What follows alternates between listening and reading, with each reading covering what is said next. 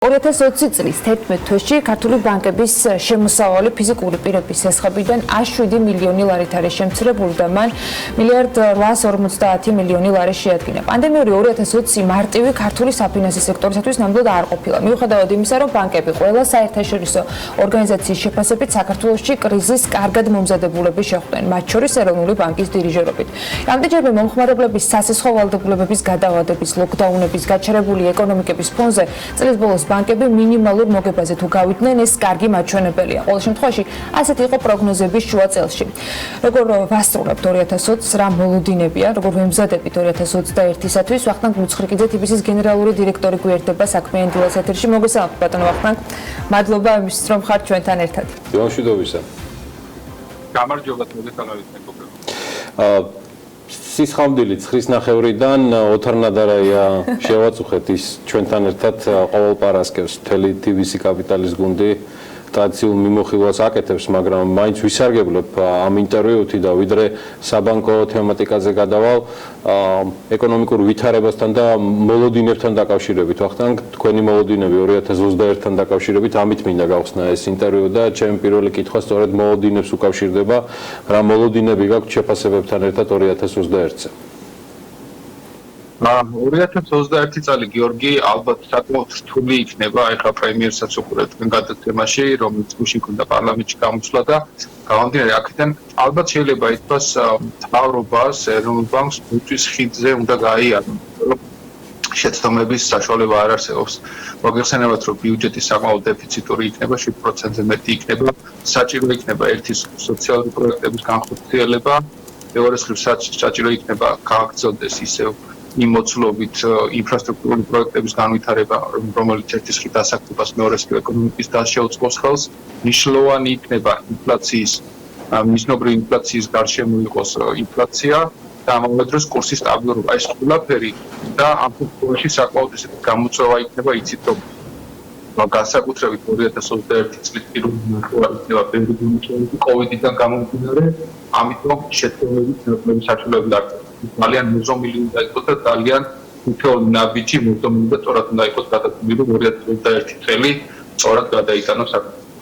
შეგვიძლია თუ არა აქცენტირება უკვე მიუხედავად იმისა, რომ საკმაოდ აქტიური რამდენიმე კვირა და დღე რჩება ჯერ კიდევ 2020 წელი პანდემიური COVID წელიწადი შევაფასოთ უკვე ბანკებისთვის და რამდენად გამართლდება პროგნოზი, რომ ეს იქნება მაინც ესეთი ნეიტრალური წელი მოგების თვალსაზრისით მინიმუმ კომერციული ბანკებისთვის თუ წამგებიანი არა და რამდენად შეძლებს სექტორი უკვე 2021-ში დაიბრუნოს პოზიციები. თუ გიორგი მოგებას გულისხმობთ, ალბათ მართლა გძანდები დაახლოებით ალბათ 0.9 შეიძლება მცირედი მოგება სპარგლებში ან ზარალის სპარგლებში დავახსოვოთ საბანკო სექტორმა მთლიანად 2020 წელი. 2021 წელი საბანკო სექტორი დამოკიდებულია თვითონ ეკონომიკაზე. აქედან გამომდინარე, რომ მოწოლს როთარმაც ისაუბრა ამაზე, მოლოდინი არის, რომ ეკონომიკა დაახლოებით 5%-ზე მეტად გაიზრდება. აქედან გამომდინარე, ვფიქრობ, რომ ფინანსური სექტორითაც უკეთესი იქნება 21 წელთან შედარებით, მაგრამ მთლიანად დაუბრუნდება ალბათ საბანკო სექტორი თავის მაჩვენებლებს 2022 წელს. ბევრი საუბარი მიდიოდა ვახტანგ თემაზე, რომ გარკვეული წინარე სამუშაოები და მარეგულირებლის ამ შემთხვევაში გულისხმობ ეროვნულ ბანკს წინარე ღონისძიებები იყო ერთგვარად კარგი შემზადება იმ სიტუაციისთვის, რომელიც ყველას დაგვატყდა თავს. არ ამგონია ხა ეროვნულ ბანკსაც პანდემია განეჭვრიტა. ამაში ვერავინ ვერ იქნება ამ შემთხვევაში რაღაცა ვანგის პრინციპით ან რაღაცა ესეთი ამის თქმა არ გვინდა, მაგრამ მეორეს მხრივ ჩემი კითხვა მდგომარეობს შემდეგში. რამდენად ადეკვატური იყო თამდევი მარეგულირებელი ღონისძიებები პანდემიური ვითარებისა და ზოგადად ამ ზაობას საბანკო სექტორისა როგორ აფასებთ? მე ვფიქრობ, რომ რეგულატორის წინააღმდება იყოს სავსებით სწორი, განსაკუთრებით მართ აპრილში და სექტორი მომზადებული შედა როგორც კაპიტალის, ასევე ლიკვიდურობით და რეგულატორმა როგორც გაზაფხულზე მიიღო გადაწყვეტილება კაპიტალის მოთხოვნა რადიკალურად შეაფასება, რაც თქმა უნდა სწორი გადაწყვეტილება იყო. რაც შეეხება განსხვავებით ცილა კრედიტებისაგან, ეს განსხვავდება მით ლიკვიდური პოლიტიკის საერთაშორისო ფაქტორებთან ბანკებმა უამრავი ჩვენს რამდენიმე ასეული მილიონი დოლარი მოუწევთ ან ფინანსად მომზადებული იყო მოგვედი და მაგრამ აღმოჩნდა რომ განსხვავებით ცილა კრედიტებთან აქ შესაძლოა მაღალი ლიკვიდურობა დაიგათა საფრთხეები. აქედან გამომდინარე თქვენ გითხრათ რომ პასუხი გაგცეთ ჩემი აზრით კიდევ მნიშვნელოვანია მარეგულირება 2021 რატომ აგიხსნით ამას? პირველ რიგში ინფლაცია იყოს მიზნობრივ მაჩვენებელთან ახლოს, მეორე ყოველთვის არსებობს ინტერესები. ერთი მხრივ საჭირო იქნება ეკონომიკის და ეკონომიკის გაუცლებელი იქნება განსხვავებული სესხები. ამავე დროს მეორე კაპიტალის შეცდომა უნდა დაიწყოს განმათავისებული კაპიტალი 2020 წელს უნდა დაიწყოს იმის შესაბამისად. აქ ეს ყველაფერი დამოკიდებული იქნება იმის მიხედვით, როგორი ფარგლებში დალაგდება. შეიძლება კაპიტალის შეცდომა ერთიანი გეგმაში იყოს, შეიძლება სამწლიანი იყოს, აქედან გამომდინარე ეს ყველაფერი შესაბამისად ზეგავლენად მოახდენს თვითონ ბანკების აქტიურობაზე ეკონომიკისთვის შესაბამისად თეთრების გაცემაზე და რაც არანაკლებ მნიშვნელოვანია განსაკუთრებით ორი მსხვილი ბანკი, საქართველოს ბანკი და თბილისის ბანკი, ეს არის ჩვენ იმდენად რამდენად ვთქვათ, საჯარო კომპანიები და კაპიტალებები ინვესტორები, მათთვის მნიშვნელოვანი არის დივიდენდებზე ბანკების სტრატეგია და პოლიტიკა. აქედან გამომდინარე, ეხლა ბევრი გადაწყვეტილებები ხდება ევროპაში, ირლანდიაში, აქედან გამომდინარე, ალბათ ჩვენ ნაკლებად გასაგებია.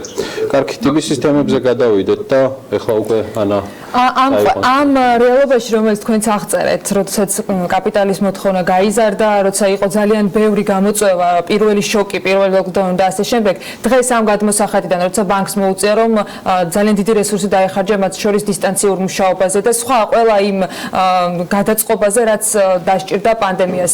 2020 დღევანდელი მონაცემებით, მათ შორის ინვესტორებისთვის, რომლებიც ამ ბანკს ჰყავს, მათთვის ვინც დივიდენდები უნდა მიიღოს, როგორი წელი იყო?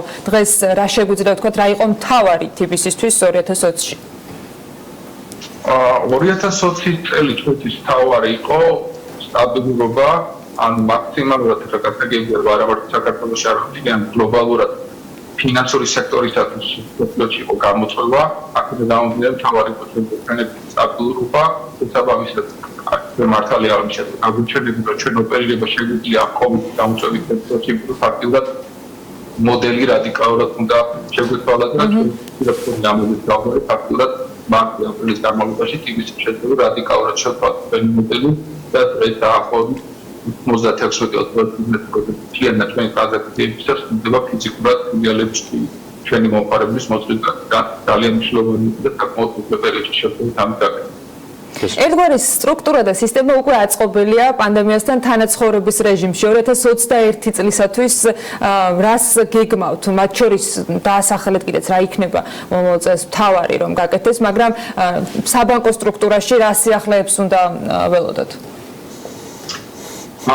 თავდაც 2021 წელი მოგვიწევს დავხოთ ორ ნაწილად პირველი ნახევარი რომელიც უწყვეტად COVID-ის ეფექტები კიდევ გაგრძელდება და თუნდაც უბრალოდ დამთავრდება ის დამოკიდებული იქნება ვაქცინაციის შესაძლებლობიდან მის თავდე ფაქტორებთან ერთად მაგრამ ჩვენი საბაზისო ვერსიით ეს პროცესები გაგრძელდება 2021 პირველ ნახევარში უნდა დამთავრდეს და უკვე ეკონომიკის აღმოჩნდა უნდა დაიწყოს 2021 წლის მეორე ნახევრიდან აქ უკვე TBC-ს და საბანკო სექტორის საკუთარ მოდადებული დახდება იმას, რომ მაქსიმალურად ეკონომიკა რომ გაიზარდოს, აუცილებელი იქნება საბანკო სექტორის ძალიან აქტიურობა, გულისხმობ საკრედიტო საქმიანობას და გულისხმობ ყველა მიმართულება შეგვიძლია პირებში, ასევე მცირე ბიზნესში და აუცილებლად დიდ კორპორაციებში. ამისათვის ვფიქრობ, რომ მომავალი 6 წლის განმავლობაში საბანკო სექტორი მოძებნა, მაგრამ რა თქმა უნდა, ამისათვის კარგი იქნება, რომ წინასწარ როგორც რეგულატორთან, ეროვნულ ბანკთან ამავე დროს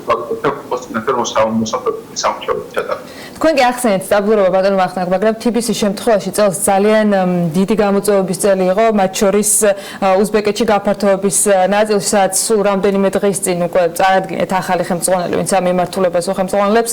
ამ ნაწილში 2020-ში ასეთი საკმაოდ დიდი ნაბიჯი, რომელიც ბანკმა პრინციპში ბევრად ადრე დაიწყო ამისთვის ამზადისი, მაგრამ მაინც ამ ბაზარს დღეს როგორ უყურებთ, რა გეგმები გაქვთ სამომავლოდ, რა ეტაპამდე არის TBC უზბეკეთში მისული?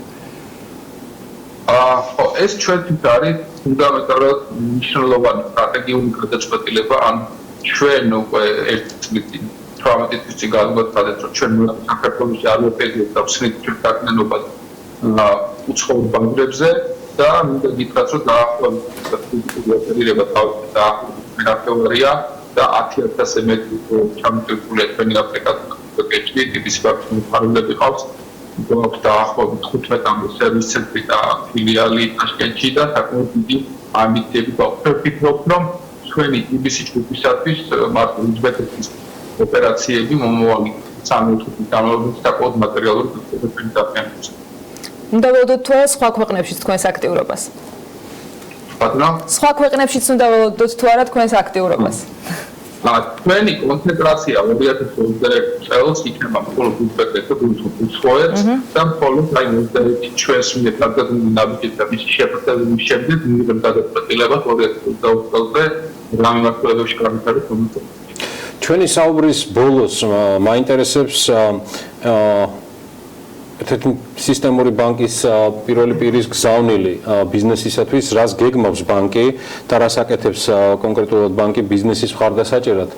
იქნება ეს ფინანსური თუ არაფინანსური პროექტების სახით და რის განხორციელებას გეგმავთ ვახტანგ უფრო კონკრეტულად თუ შეიძლება 2021 წლისთვის რა მოლოდინი უნდა გქონდეთ თქვენს პარტნიორებს, ბენეფიციარებს, შესაძლებლებს. მადლობა გიორგი ამ კარგი კითხვისთვის. იცი გავყოფდი ამ კითხვას ორ ნაწილად 2021 წლის პირველი ნახევარი და მეორე ნახევარი.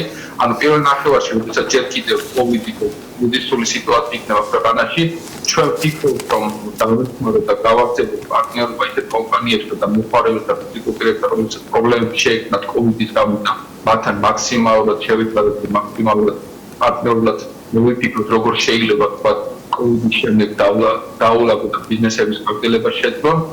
ამავე დროს რაც კრიტიკულად მნიშვნელოვანია, ჩვენ ვაგრძელებთ დიდი მდელვადიანი პროექტების დაფინანსებას. იმიტომ რომ წინააღმდეგ შემთხვევაში ყველა პროექტის გაჩერებით პირიქით ამ კომპანიებთან ჩვენ პარტნიორობის პრობლემები შეექმნება და ეკონომიკის სიძახის თულით მაგალითად სულითო დიდ ჰიდროელექტროსადგურებს, ასევე პარტნიორ ჰიდროელექტროსადგურებს ნატურალების შენობებას ჩვენ ვფიქრობთ, რომ ის პროექტები რომლებიც დაწყებული ჩვენ გადაგვიჩერებია და რომელზეც ესეთი პროექტების დაფინანსება. რაც შეეხება 2021 მეორე ნახევრიდან ჩვენ გაგვაჩნია ამბიცია, რომ გახაფიკონდა უკამეთოს სამსახურის კრიზისი ჩვენს უკან იქნება ქვეყანაში, უფრო გაფრთხილებით აქტიურები დავხდეთ და ჩვენ სასოფლო პარტნიორებთან ერთად ყველი შეუძლებს ეკონომიკის პროსტრაფსაც. ეს იყო ვახტანგ ბუცხრიკიძე, TBC-ის გენერალური დირექტორი. მადლობა მას ჩართვისთვის და წლის შეჯამებისთვის. სულ რამდენიმე წუთში მასთან საუბრის სრულ ვერსიას უკვე BMG-ზე ნახავთ. მას წარმატებულ წელს უსურვებ და ჯანმრთელობას. დიდი მადლობა.